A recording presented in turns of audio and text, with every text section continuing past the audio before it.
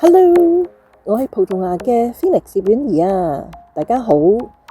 今日想同大家分享下，最近試咗一間喺葡萄牙西北邊一個叫做 Ovar 嘅小鎮，有一間好傳統舊式嘅葡萄牙住宅改建，變咗一間好別緻嘅民宿。你睇下裏面嘅裝潢啊，真係好貫穿呢個葡萄牙嘅風格啊！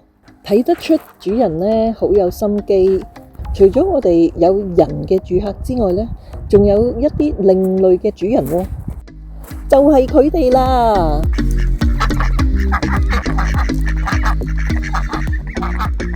哇，你睇下，個個都好開心咁樣歡迎你。但係呢，我覺得最特別呢，就係有一隻大肥豬。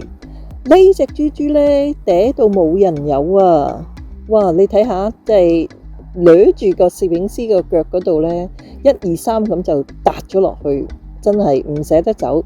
大家如果想聽多啲我喺葡萄牙嘅生活，咁就唔好錯過星期日4點鐘大城小事葡萄牙篇啦。